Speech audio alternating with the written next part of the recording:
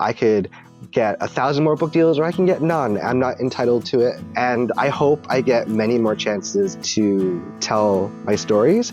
But the only thing I can do and the only thing I control as an author is to write a great story.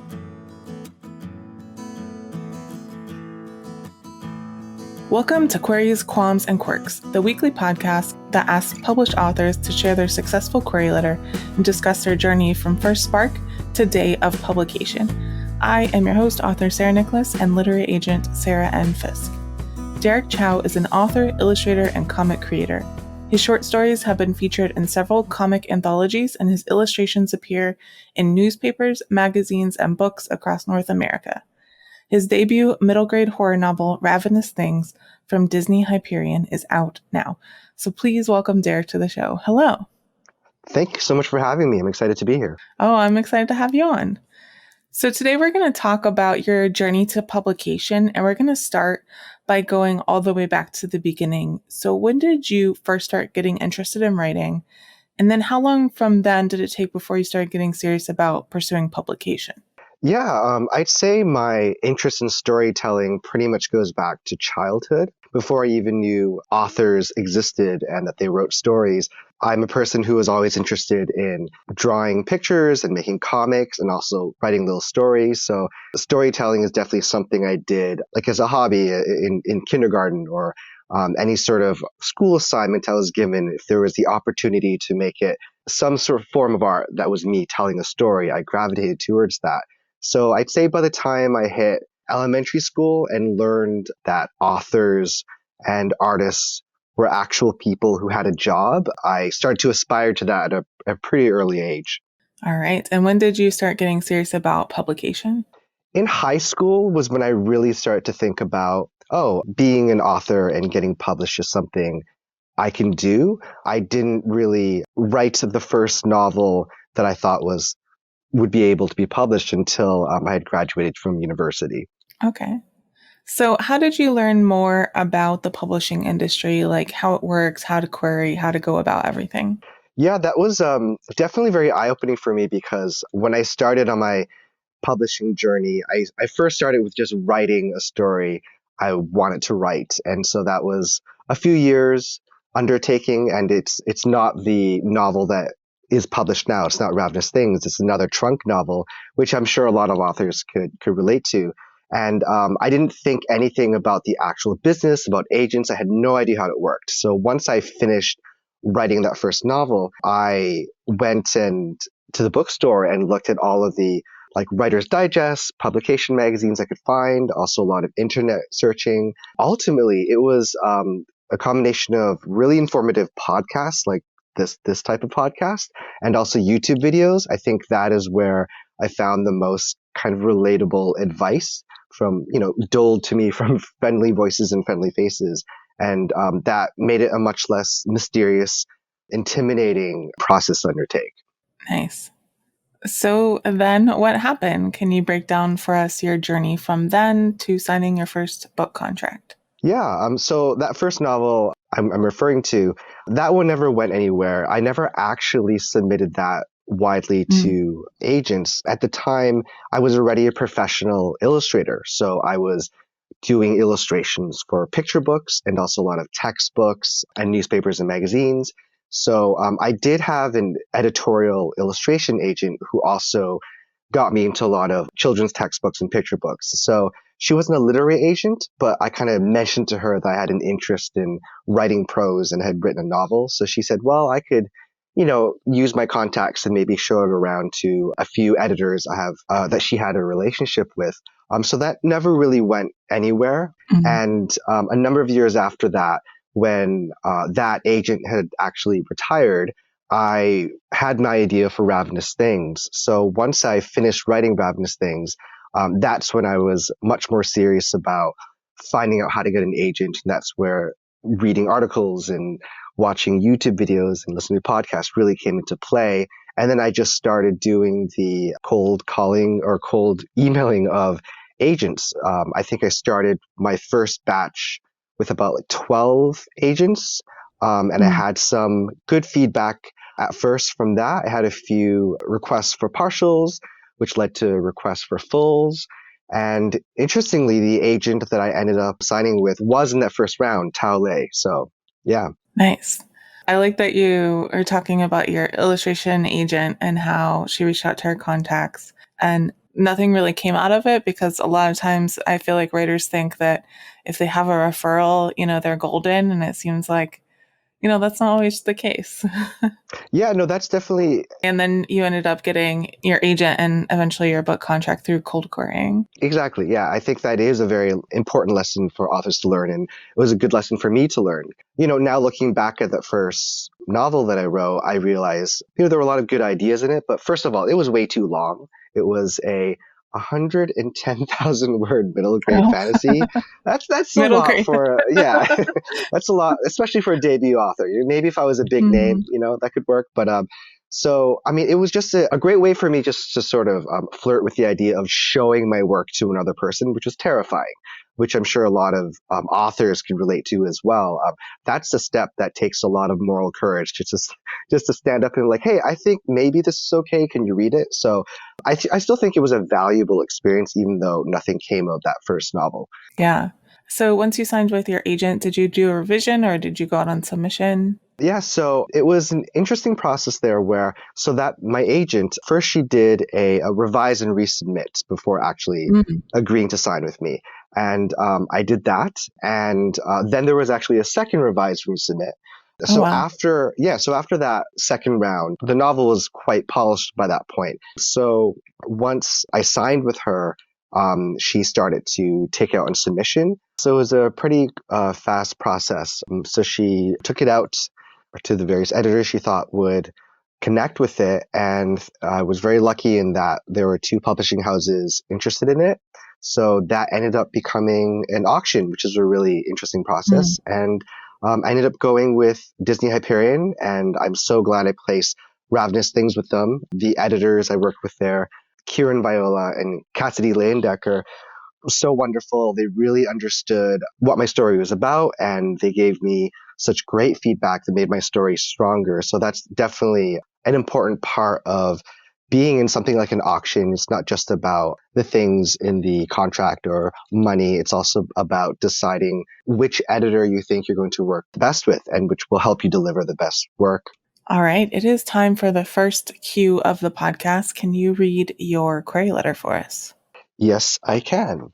Dear Taole, I would like you to consider The Rats of St. Patrick's Station, my middle grade horror novel.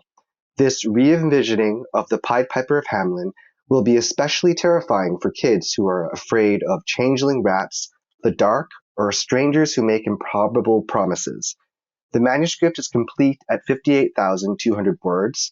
I am sending this to you because of your interest in fairy tales that have been given a new spin and in books featuring protagonists of color. 12-year-old Reggie Wong isn't happy.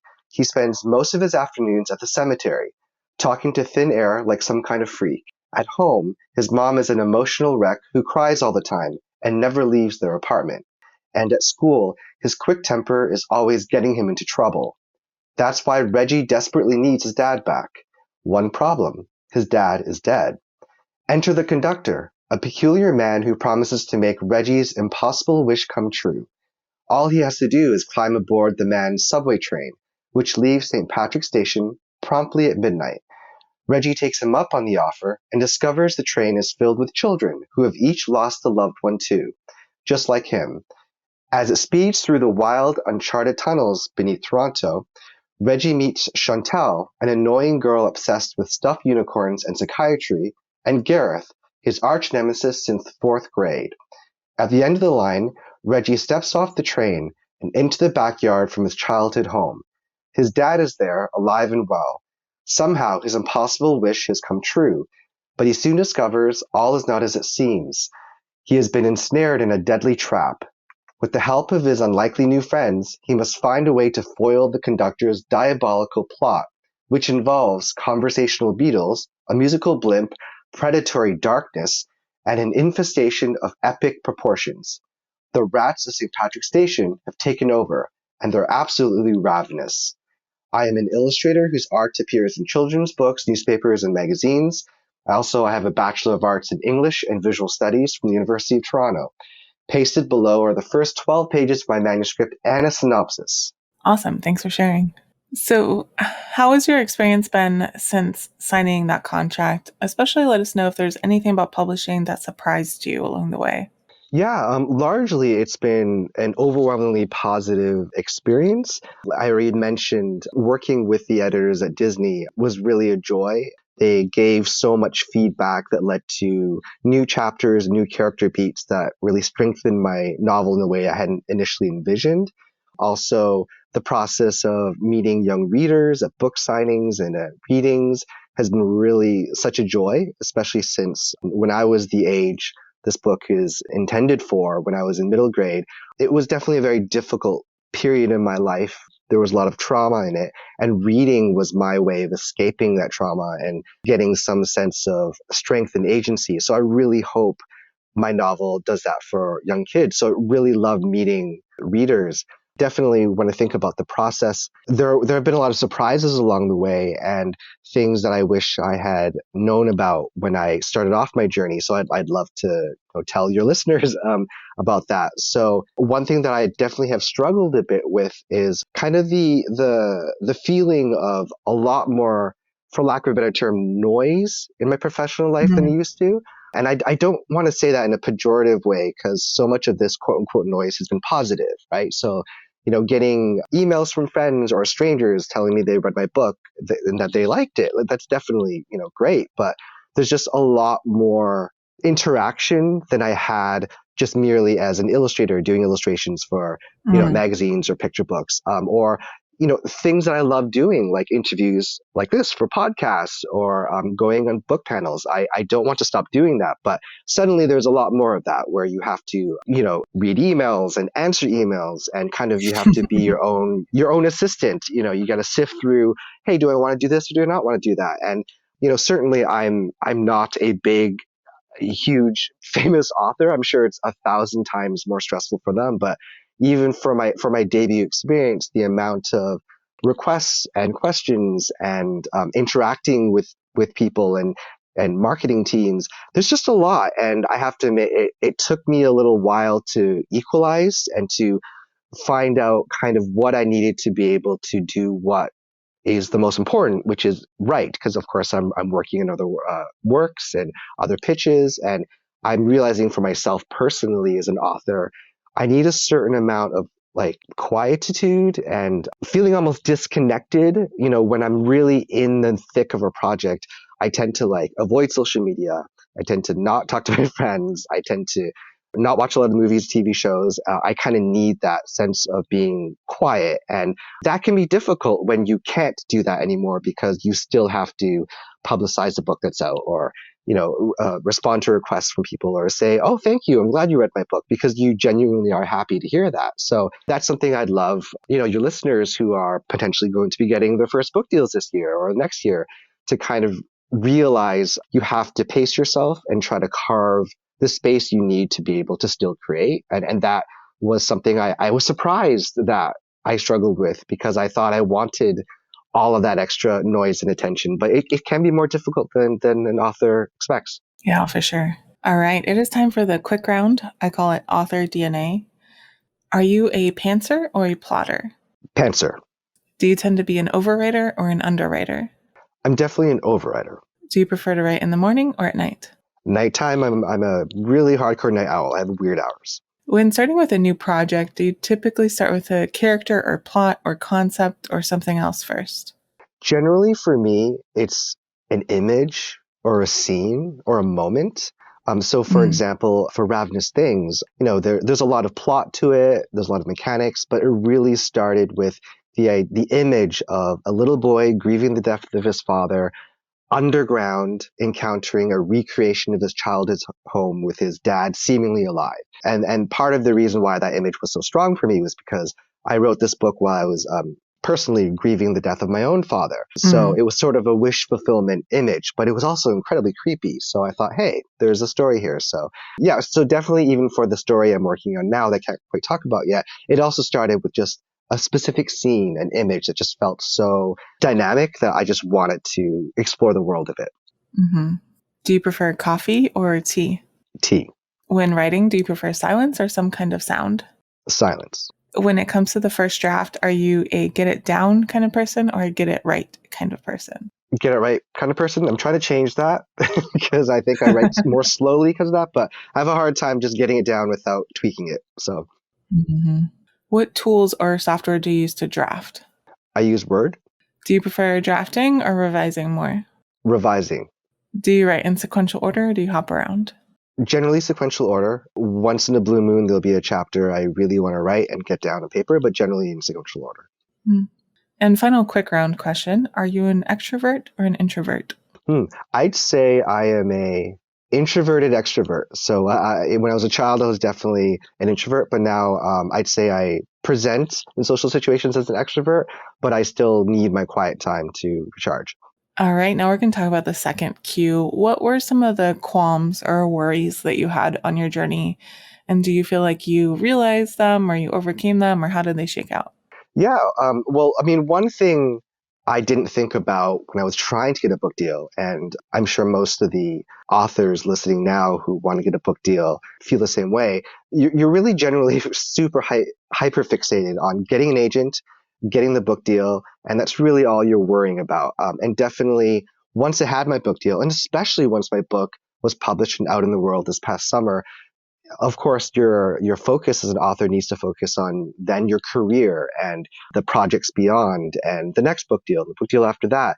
And that is definitely a type of stress that is very unique to to that stage as an author, especially if you aren't, an author who is a big name who's guaranteed to have a 20 book career. And so that is something that you as an author need to both understand and let go of. At least for me, I had to learn that ultimately nothing is in my control. I could get 1,000 more book deals or I can get none. I'm not entitled to it, and I hope I get many more chances to tell my stories.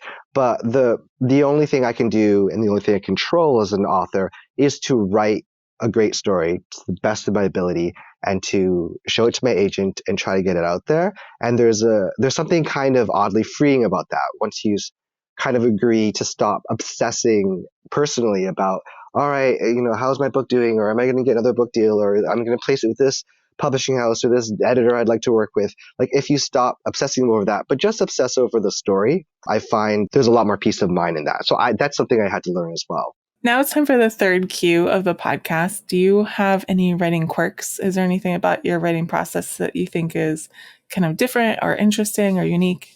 Well, I mean, I already alluded to, I don't know if this is unusual, but it's definitely something I would like to change. I'm not great at getting a huge amount of words on paper during during drafting and then going back and refining. And I hear from so many prolific authors and writing experts that say that that's the fastest and best way to draft. Don't worry, don't be precious, get it all down.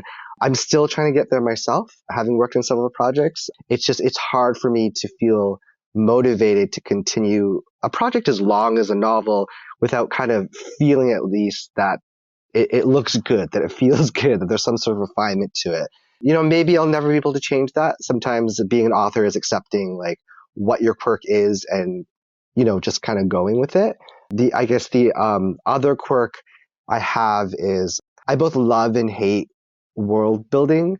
So like I realize I'm not the type of author, like I hear a lot of especially fantasy authors who say that world building is their favorite part and they'll literally spend months just writing down notes and having a shoebox full of drawings and all this stuff. And I like creating a believable, contiguous, full of detail world, but I lose patience if I'm not actually writing the story. So I tend to need to, like, I come up with a basic framework and I maybe have some cool details or ideas that I know I want to include in it. But I need to start writing before I can really start to build out the world, which, yeah, often involves a lot of tweaking and recasting of scenes and rewriting. So maybe I'm giving myself more work, but like that's the only way I can motivate myself through the long process of writing a whole novel. So I'd say those are my quirks. When you were in the lowest parts of your journey, whatever that was for you, what kept you going and why did you stick with it? Yeah, and there definitely were a lot of points where I just lost faith in myself, thought, Mm, it's just never going to happen to me. Like I said, I went through two revise and resubmits. And so that's both hopeful, seeing an agent say that I like your work. I think this is really great. I think there's just some stuff in the second act that needs to be fixed.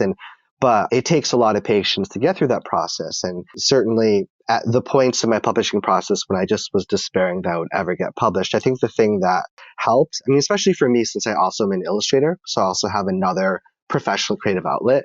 I just kind of threw myself into the other creative thing if I lost hope in it. And generally, if I kind of was losing hope in a prose novel project I was working on, if I kind of went to this other passion I had, which was art, whether it was a creative illustration project or something literally for work, like for a magazine or for another children's book, that generally A gave me fulfillment, and B, by the time I was done doing that, I would have this strong urge to go back to the novel and work on it again. So I'd say for anyone listening who's struggling, there's nothing wrong with taking a break from any given project you're on. The project is never completely done or failure unless, I don't know, you're dead, I guess.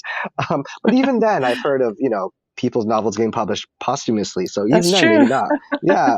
I mean, you won't get any royalties from that personally because you'll be dead, but still, your name will be out there. But Your grandkids might yeah, be. exactly. So take a break and do something else that gives you joy, and that generally will help you get back to a place of positivity. Is my advice. Nice.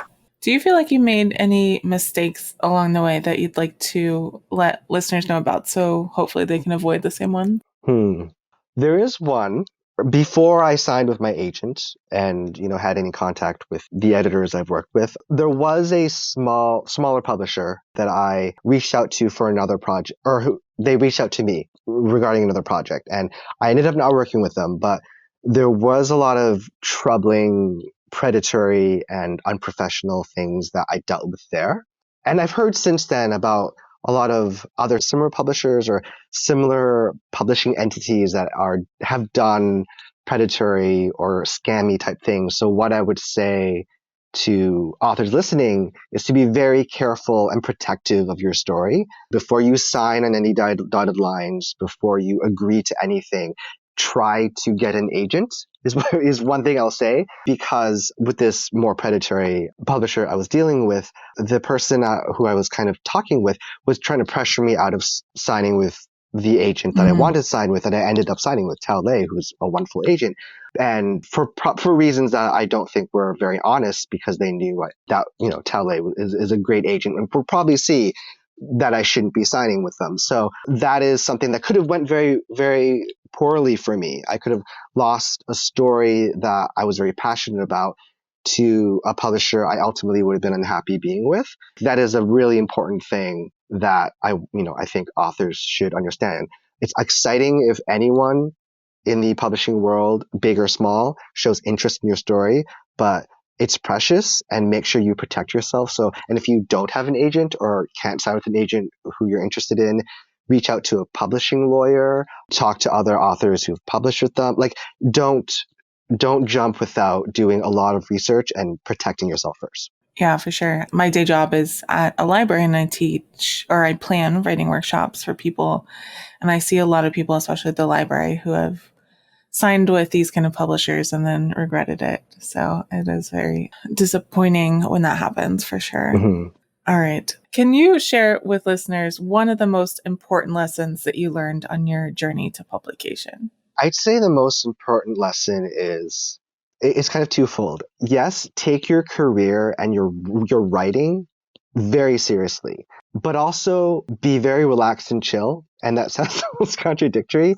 But so what I mean is, like, so for example, the process, like when I was going through past pages with my editors, or when I was getting feedback from the agents that, asked for revise and resubmit, because there were actually more than one agents who asked for revise and resubmits. Hmm. Cherish the fact that someone is giving you feedback, and listen to the feedback, assimilate it, decide, like, is it feedback that other people are saying? Is it warranted? And then if you think that's the case, really put your all into going in and fixing and revising your manuscript. And then that even flows over into once you've gotten a book deal. So once I signed with Disney and I had these wonderful editors, every chance I had to get the manuscript back and give it back to them, whether it was like the editing stage or just the past pages where it was more sort of little fine details and grammar. Any chance, if you think, hey, I think I can improve this scene, even if I like change the sentence or add this little thing. So like certainly run it by your editors, but try it, because like ultimately once the book is published, it's there forever. And you want to be sure that like you put your all into it. And conversely, when I say like be chill, that goes back to like, what I was saying about like relinquishing or accepting that you are not going to have complete control over your career. You're not going to be able to decide how much marketing your publisher gives you. You're not going to be able to decide which conventions or book panels are going to invite you on, or which authors you'll be friends with, or which publisher will give you your next deal, and on and on and on. And that will drive you mad if you try to keep a tight hold on it, because it's impossible to. So I think the best way one can be is take the craft so seriously, listen to people, work with them, be collaborative, but then let go. I mean, you certainly like have an agent if you can and trust their advice and try to do smart moves, but you can't obsess over it because it'll just drive you crazy. So that's my advice. Yeah. All right. This is not a business that most of us succeed in completely on our own. Who are some of the people who helped you along the way and how? Yeah, no, that's definitely something. Writing is such a solitary experience, but you're right. Like in order to be successful and, keep your sanity and also just get published, it takes so many people. So I've already mentioned my agent, Tao Lei, who's so wonderful and so supportive and such a collaborative agent. But also in my personal life, I really have to thank all of my like close friends who I've known since childhood, who are also thankfully like avid readers, and so they make wonderful beta readers. Anyone who's ever read my drafts, whether they were good or not, whether they went on to become published, they gave me so much. And also my partner, who I share a home with, he has been so supportive, and definitely I know I'm very privileged to have another person I live with that I can lean on, which can really make a difference when you're a writer and you're in deadlines, you're trying to get stuff done. You have someone else that can just even do something as simple as like the dishes and get chores done. So yeah, I'd say that I have like a good support network is the long and short of it. And I'm very privileged for that.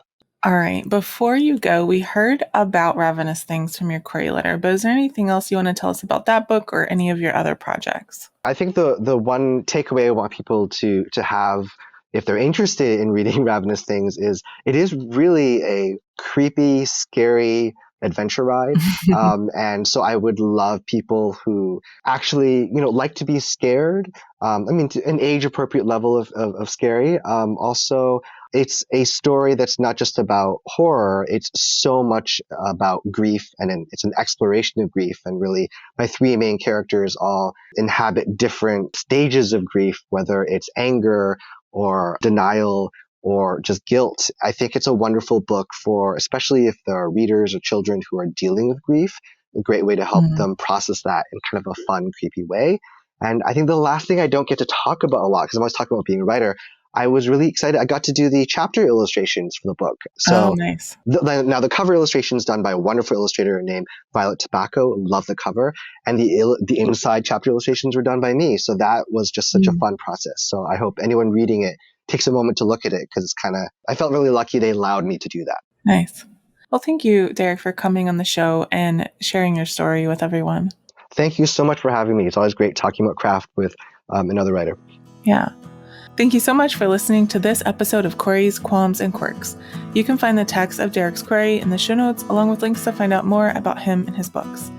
If you enjoyed the show, I'd really appreciate if you'd help me find new listeners by leaving a review on Apple Podcasts or Pound Chaser, telling your friends, or sharing this episode on social media.